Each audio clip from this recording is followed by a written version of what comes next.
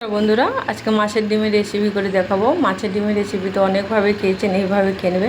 নিয়ে নিয়েছি পেঁয়াজ কুচি, লঙ্কা কুচি, এই যে মাছের ডিম নিয়ে নিচ্ছি। এখানে জিরে ধনের গুঁড়ো দিয়ে দেব। এখানে দুই রকমের লবণ আছে, বিট লবণ আর এমনি লবণ। আর দিয়ে দেবো ডিম, হলুদ দিয়ে ভালো করে মাখিয়ে নেব।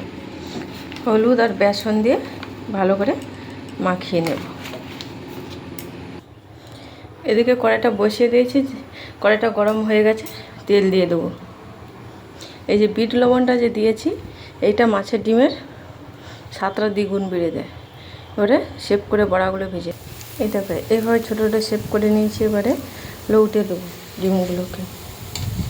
মাছ এই ডিম দিয়ে মাছের বড়াটা খুবই ভালো লাগে। একটু জিরে ধনের গুঁড়ো দিয়ে দিয়েছি, দেখিয়েছি। এবারে লউটে নেবো সবগুলো।